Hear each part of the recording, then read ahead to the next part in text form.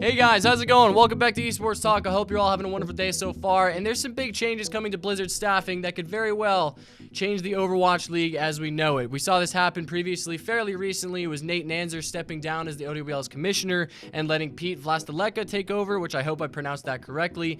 Pete being the actual CEO of Activision Blizzard Esports, him taking over that role as commissioner, but this time it's him stepping down as commissioner and letting someone else take the reins, which would actually be the third OWL commissioner in just the span of under 2 years, meaning that there's been a new commissioner just about every year for the past couple years. Originally reported by the Esports Observer, the statement that Blizzard released says Pete Vlastaleka, CEO of Activision Blizzard Esports and commissioner of the Overwatch League, will transition from his role in Activision Blizzard Esports to focus on new entrepreneurial adventures on behalf of Activision Blizzard following the Overwatch League Grand Finals. He was instrumental in building the company's esports business and driving the industry forward, and we thank Pete for his contributions and impact on our business over the last 4 years. So once the OWL Grand Finals pass, which is going to be this weekend, and it might be something that we discuss in a later video in the future, that is when Pete is going to be officially stepping down as the Overwatch League's commissioner, and they've already got the replacement for him in mind, which is honestly a little exciting, but also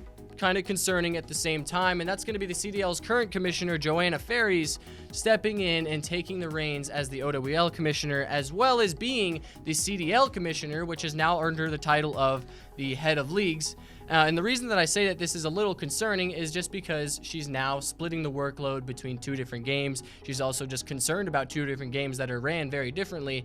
Also, just the transition for her might be a little rough at first, but I'm just kind of assuming things. I don't know exactly, what the process of things are over there like that. So it might be a little rocky at first, but of course, I'm sure things will kind of stabilize as time goes on. But as we'll see from someone in the Overwatch scene, it might just be for the best that she's in control now. One person that's made it apparent that he isn't a fan of Pete is Monty Cristo. Earlier this year, it was him calling Pete a liar back when we covered all the Overwatch League casters leaving. And at the announcement of Pete stepping down as commissioner, it was Monty again calling him out, this time calling him a clown, saying esports has a long way to go in order to fix some of the issues created by hiring apathetic outsiders. But it's like I say, you have to unload the car one clown at a time. Not only that, but there was another tweet that Monty made that he actually deleted not long after he posted it, but I did actually manage to grab a screenshot of it from our Esports Talk team chat.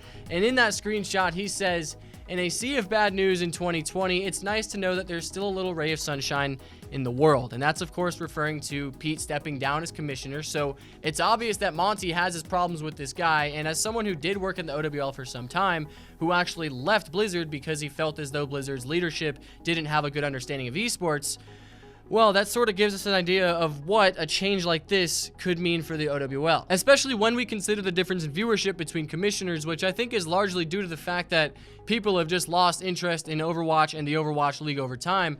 But I do imagine that Blizzard's staffing and their leadership does have plenty of bearing on the viewership, though it of course has fluctuated a bit, especially within the past year with their formatting changes and of course them moving to YouTube. But at the start of the year, they were seeing at about 90 to 100,000 concurrent viewers, and then now if you check nowadays, they're sitting around 50K or so, maybe even less than that sometimes. So with the grand finals coming up, we'll definitely have to see, just how far the Overwatch League can come for their biggest event of the year. But this also comes along with the news of the London Spitfire supposedly releasing their entire roster ahead of the new season in order to build a brand new one centered around European talent, which is actually something similar to what the Vancouver Titans did not too long ago, except they went for North American talent. And at that time, that was honestly a pretty surprising move considering they took second place at the grand finals last year.